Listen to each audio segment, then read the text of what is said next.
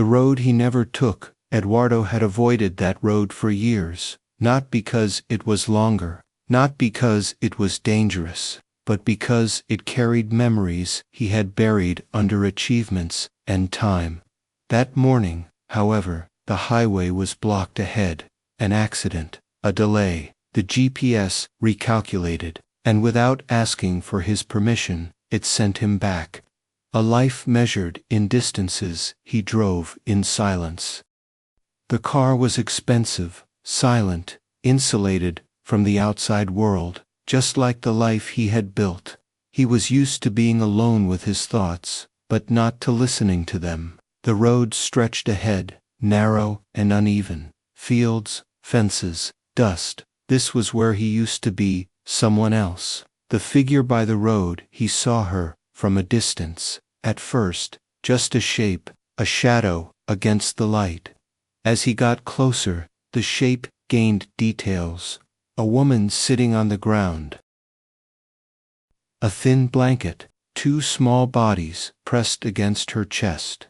He slowed down without realizing it, not out of kindness, out of discomfort. The first instinct, keep going, Eduardo told himself, what he always told himself. Someone else will stop. This is not my responsibility. I can't fix every problem. His foot hovered over the accelerator. Then something made him hesitate. One of the babies was crying. The other was not. The look that crossed time, the silent one, looked directly at him, calm, alert, too aware. Eduardo felt a sudden tightening in his chest. That look did not belong on the side of a road. That look belonged somewhere else. Somewhere painfully familiar. The detail, he was almost past them when he saw it. A small birthmark near the baby's ear. His hands tightened around the steering wheel. He knew that mark. He had seen it every morning of his adult life. The moment of stopping the car stopped a few meters ahead. Eduardo sat there for a second, breathing. He could still leave, pretend he hadn't noticed, but something inside him had already crossed a line. He opened the door. The air outside was hotter, louder, real. Recognition, without words. Helena looked up. She froze. The recognition passed between them before any words did. Not surprise, resignation. I knew this day would come, she said. Her voice was steady. Tired. Eduardo could not answer. The weight of silence. Cars continued to pass. Dust rose and settled. Two people stood facing a past neither of them had truly left behind. You shouldn't be here, Helena said quietly. Neither of them knew exactly who she was talking to. Closing of Block 1, Eduardo looked at the twins again, at the small faces, at the impossible familiarity. For the first time in his life, success offered no guidance, no strategy, no escape. Only a choice. And whatever he chose next would change everything. Before the road had a name, Helena had learned early that life does not announce its turning points. They arrive quietly, disguised as ordinary days, and only later do they reveal what they took from you. Before the road, before the twins, before the weight in her arms, there had been a time when Helena believed that patience was enough, that if you waited long enough, loved deeply enough, people would eventually choose to stay. The kind of strength no one applauds. Helena did not come from comfort. She came from repetition. Days that looked exactly like the ones before them. Bills paid late. Dreams postponed without ceremony.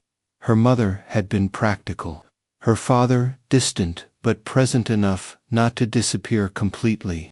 Helena learned to adapt, not to expect. She became the kind of woman people leaned on without noticing the cost.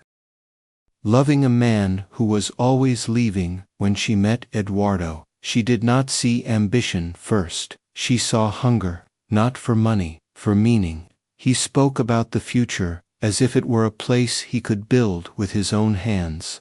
She believed him, because belief felt like contribution, and contribution felt like love. She stood beside him during the years that demanded sacrifice, late nights, canceled plans, promises explained away by just one more phase. She told herself that endurance was loyalty. The slow disappearance. Eduardo didn't leave all at once. He faded. Calls grew shorter, silences longer, affection rationed. Helena noticed, but she did not confront him the way movies teach you to. She adjusted, she waited, she became smaller so his life could expand. That was her mistake. The day she realized she was alone, there was no fight. Just a moment of clarity. Eduardo had forgotten an important date, something small, but symbolic. When she mentioned it, distracted and calm, he apologized quickly and returned to his phone. Helena understood then, not that he was cruel, but that she was no longer essential. She packed her things quietly. She left a note he never answered. The months after, Helena did not chase him, not because she wasn't hurt, but because she was proud enough to know when staying would become humiliation. She rebuilt her life slowly, different jobs, different cities, a quieter version of herself. And then, unexpectedly, her body changed. The truth, she didn't plan the pregnancy, was not dramatic, it was frightening. She stared at the test alone, sitting on the edge of a bed that felt suddenly too small. Her first thought was not joy, it was calculation. How long could she manage? What would she lose? She told Eduardo, not with hope, with honesty. His reaction was careful, concerned, distant. He spoke about timing, about pressure, about how complicated everything already was. Helena listened and understood. Choosing not to beg, she never asked him to stay. She never demanded promises. Some truths are clearer when they are unspoken. When the twins were born prematurely, Eduardo sent money, efficient, anonymous, cold. Helena used it, not out of gratitude, out of necessity. The world closing in motherhood alone is not heroic. It is exhausting. Sleepless nights, fear without witnesses, decisions made without backup. Helena's health weakened. Her savings disappeared. The place she stayed in grew smaller, until it wasn't hers anymore. The argument that led to her expulsion was brief. Rent overdue. Patience expired. She packed what she could carry and left. The road, she didn't choose that road. It was simply where she ended up, waiting. Not for rescue, for clarity. She had already accepted that help might not come. She had not accepted that the past would. Recognition from the other side. When she saw Eduardo's car slow down, Helena felt something tighten in her chest. Not hope, certainty. Some stories circle back, whether you want them to or not. When their eyes met, she knew. This moment had been forming for years. I knew this day would come, she said, because some truths cannot be avoided forever. Closing of block. To Helena did not want revenge. She did not want pity. She wanted accountability, not for herself, for the children who deserved more than explanations. Standing there, holding the twins, she understood something clearly. Survival had brought her this far, but survival was no longer enough. Now, she needed something else, and she wasn't sure Eduardo knew how to give it. Eduardo had spent most of his life believing that the past was something you could outrun, not erase, not heal, just outrun, and for a long time, it worked. He learned early that speed looked a lot like strength. If he kept moving, closing deals, setting goals, building structures, there would be no time left to feel. Feeling was inefficient. Memory was dangerous, so he became very good at forgetting. or at least, pretending to. The early hunger. Eduardo had not grown up poor in the romantic sense of the word. There were no poetic struggles, no inspiring speeches about dreams under the stars. There was only lack of certainty, lack of safety, lack of anyone who stayed long enough to promise tomorrow. His father left early, not dramatically, just gradually, until one day he simply did not return. His mother survived by hardening herself. She worked, she endured, she warned. "Don't depend on anyone," she used to say. "Dependence is how people disappear." Eduardo listened, and learned the lesson too well. Ambition as armor. By the time he met Helena, Eduardo had already decided who he needed to become. Not happy, not fulfilled, just untouchable. Helena didn't fit into that plan. She asked questions he didn't like answering. She noticed silences he tried to hide. She believed in him in a way that felt dangerously unconditional. At first, he loved that, then he feared it, because being loved like that meant being seen, and being seen meant being vulnerable. So when success finally arrived, slowly, then, all at once, Eduardo made a decision he would later pretend was inevitable. He chose ambition, not because he didn't love Helena, but because he loved control more. The day he left without leaving, he never said goodbye properly. There was no final argument, no slammed doors, just distance.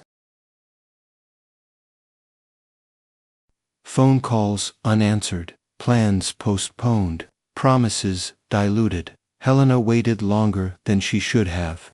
Eduardo told himself that if she truly understood him, she would wait forever. What he never admitted was simpler and crueler.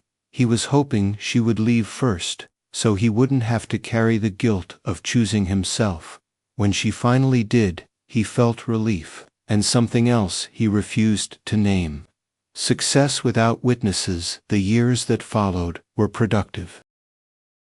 Extremely productive. Eduardo built companies, closed deals that made headlines, surrounded himself with people who admired him but did not know him. He became the kind of man others described with admiration and distance. Focused, disciplined, cold, but brilliant. No one asked if he was lonely, and he never offered the answer. At night, in apartments too large for one person, he sometimes caught himself thinking of Helena, not as she was at the end, but as she had been before. Disappointment reshaped her eyes. Those thoughts never lasted long. He had trained himself to interrupt them. The lie he repeated until it sounded true. Eduardo often told himself, "I did what I had to do." It sounded responsible, adult, reasonable. What it didn't sound like was honest, because deep down, he knew the truth was different. He did what was easiest for the man he wanted to become, not the man he already was. And every year that passed made returning to that truth more difficult. Time doesn't just move forward, it builds walls behind you. Fatherhood, as an abstract concept, children, to Eduardo, had always been an idea, a distant future, a hypothetical version of himself he would maybe meet one day. Certainly not now, not when everything was still growing. So, when Helena disappeared from his life, he never asked himself what he might be leaving behind. Some questions feel too dangerous to ask when you're afraid of the answers. The recognition, revisited now, standing in the present, with twins who shared his eyes, his mark, his silence, Eduardo understood something he had avoided for decades. You can delay consequences, you cannot delete them. The recognition on that road had not been sudden. It had been inevitable. All the roads he had taken were quietly leading him back to that moment.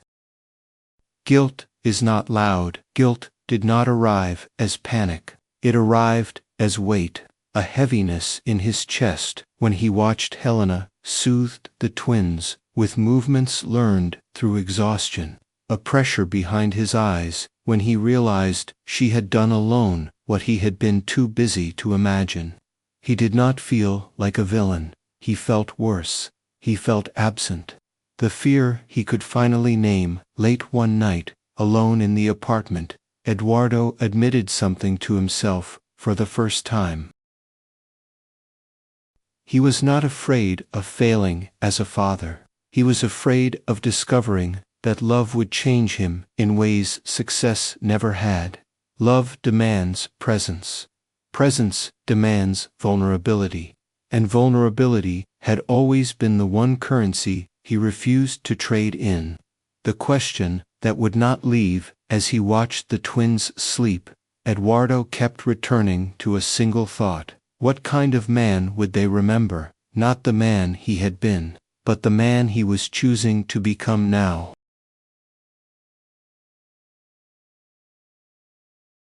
Because, unlike the past, this part was still undecided, and that realization was terrifying and hopeful. At the same time, Eduardo had spent his life mastering the art of control, but standing there, in the quiet breathing of two children who carried his blood and his mistakes, he understood this story would not be about redemption through money, or fixing things with power. It would be about staying, even when it was uncomfortable, even when it exposed him. Even when there was no applause, and for the first time, he didn't know if he was ready, but he knew he could no longer run. Eduardo underestimated how fast silence can be replaced by noise. At first, only a few whispers, a photo taken from too far away, a headline that asked instead of accused, then the speculation hardened, a successful man, a forgotten woman, two children who complicated a carefully constructed image. The world does not like unfinished stories, so it rushes to complete them poorly. The boardroom reaction, the first confrontation, came from people who claimed neutrality. Partners, advisors, men and women who spoke in measured tones and neutral language. This could affect confidence. Timing is unfortunate. We need to manage the narrative. Eduardo listened, and for the first time, he didn't answer immediately, because what they were really asking was simple. Would he choose control again, or would he accept the cost of truth?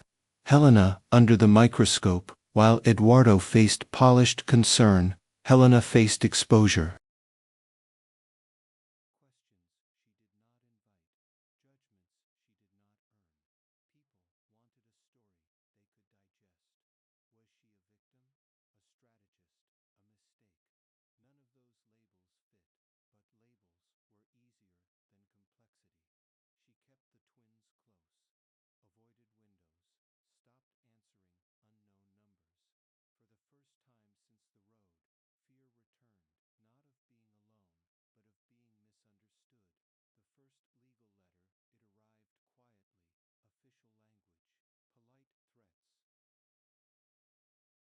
Questions about custody, about paternity confirmation, about intentions. Helena read it twice. Her hands trembled.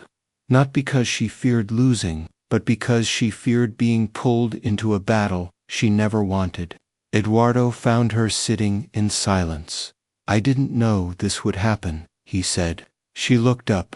"That's the difference between us," she replied. "I always knew." A conversation that changed the tone that night. They spoke without defenses, no accusations,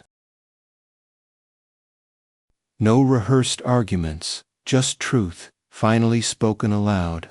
"I don't want to fight you," Helena said. "I want protection for them." Eduardo nodded. "And I don't want to win," he answered.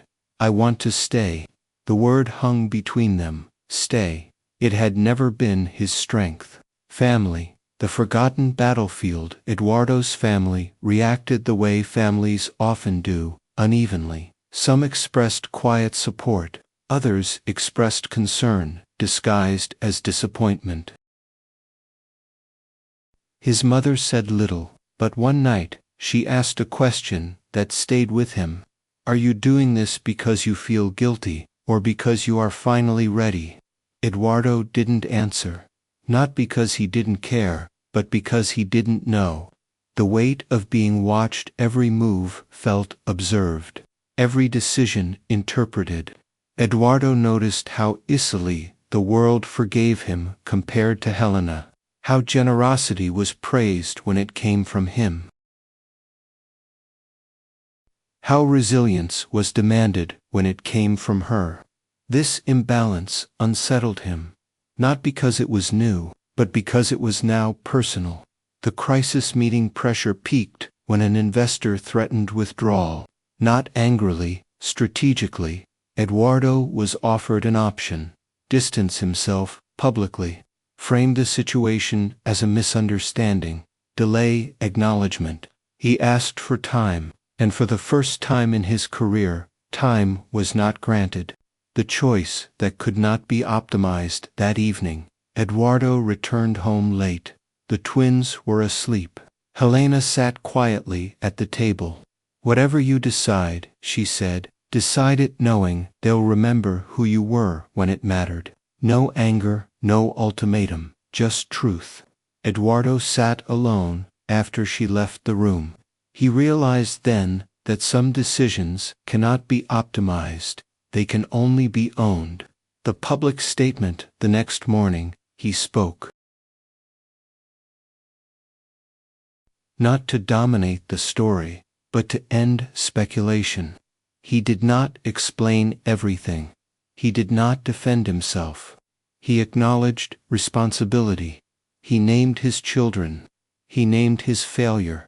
And he stated clearly, I am not stepping away. Silence followed. Then reaction, consequences, immediate and quiet. Some partnerships dissolved, some doors closed, others, unexpectedly, opened. But Eduardo did not measure success that day. He measured alignment. For the first time, his public actions matched his private resolve. Helena's line in the sand. After the statement, Helena set boundaries. I will not disappear so this looks cleaner, she said, and I will not perform gratitude to make others comfortable. Eduardo agreed. Not reluctantly, respectfully. This was new territory for both of them. Conflict did not resolve, it deepened, but it clarified something essential. This was no longer about reputation or compensation or damage control. It was about presence under pressure, and whether Eduardo could remain when staying cost him something real. The days after the statement were quieter on the surface, too quiet. Eduardo noticed how silence had changed its meaning. Before, it had been protection. Now, it felt like anticipation. Something was coming. He just didn't know from which direction. Helena's body says what her voice won't. Helena tried to maintain normality, routine, structure, control, but the body remembers what the mind tries to manage. Her sleep fractured. Her hands trembled when she held the twins too long. Her appetite disappeared quietly. Eduardo saw it. He said nothing, because sometimes naming fragility feels like accelerating it. The call that came too late, it happened at night. The twins had finally fallen asleep after hours of restlessness. Eduardo was in the kitchen when he heard the sound. Not a crash, a dull, heavy collapse. He found Helena on the bathroom floor. Her skin was pale, her breathing shallow.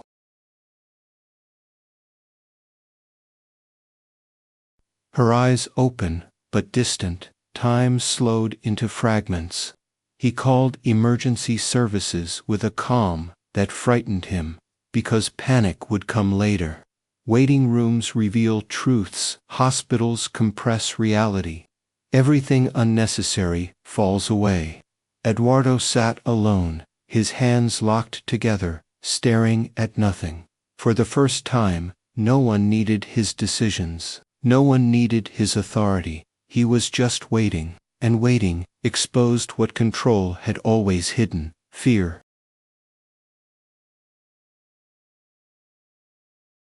Not of loss, of responsibility. The question he couldn't answer, a doctor finally approached: exhaustion, dehydration, accumulated stress, nothing irreversible, but close enough to force a pause. Eduardo exhaled for the first time in hours. Then the doctor asked, "Who will stay with the children if she needs rest?" The question landed heavier than any accusation. Eduardo answered, without thinking, "I will," and immediately realized what that meant. Alone with them that night, Eduardo was alone with the twins. No assistants, no schedules prepared by someone else. Just two small lives entirely dependent on his presence. One cried inconsolably, the other watched him, always watching. Eduardo paced the room, tried every position, every method Helena used. Nothing worked, until exhaustion overtook strategy. He sat on the floor, holding them close, and waited. The breakdown that had no witnesses. It was then that Eduardo cried. Not quietly, not elegantly. He cried with the weight of everything he had delayed, the years he had justified, the choices he had optimized, the love he had postponed. The twins eventually calmed, not because he succeeded, but because he stayed. Helena wakes up. She woke up hours later, weak, disoriented. Eduardo was there, unshaven, exhausted, present. She looked at him and understood. Something fundamental had shifted. "You stayed," she whispered. He nodded. "I didn't know how not to." The fear of not being enough that morning. Eduardo admitted something he had never said aloud. "I don't know if I can do this right." Helena smiled faintly. "Neither did I," she said. "I just didn't have the option to leave." The truth was not comforting, but it was honest. The attempt to retreat, pressure, returned quickly. A lawyer suggested temporary arrangements. A consultant suggested distance. Eduardo listened, and for the first time, rejected both. Not dramatically, firmly. "I'm not stepping back," he said. "Not now." That refusal cost him. A contract dissolved, a relationship ended. He accepted it. The quiet consequence. Eduardo noticed something strange. Losing influence hurt less than he expected, because he was gaining something he had never had: continuity. Helena's fear. One night, Helena finally broke. "I'm afraid," she said, "not of you, of hope." Eduardo understood. Hope demands belief, and belief can fail. "I won't promise outcomes," he replied, "only presence." She nodded. That was enough. This was the lowest point, not because everything was falling apart, but because there was no illusion left to hide behind. Only fatigue, only responsibility, only choice. Eduardo understood now. Staying would not save him from pain. It would simply make the pain meaningful. After the storm, the work, nothing dramatic happened. After the night, Helena collapsed. And that was precisely the point. There were no speeches, no public forgiveness, no sudden peace. There was only routine. And routine, Eduardo discovered, is where commitment proves itself. The shape of a new life. The days reorganized slowly. Doctor appointments, feeding schedules, moments of shared silence that did not need explanation. Eduardo stopped measuring time in outcomes. He began measuring it in presence. Was he there when they woke up? Was he there when they cried? Was he there when Helena needed rest? These questions replaced metrics. Learning without applause, Eduardo made mistakes. Often, he overdressed the twins, forgot appointments, misread silences. No one applauded his effort, and strangely, that made it real, because for the first time, he was not performing competence, he was practicing responsibility. Helena watches carefully. Helena did not rush trust. She observed how he reacted when tired, how he responded when things went wrong, whether frustration turned into distance. She had learned that change is not announced, it is repeated, slowly. The quiet losses, some friendships faded, some invitations stopped coming.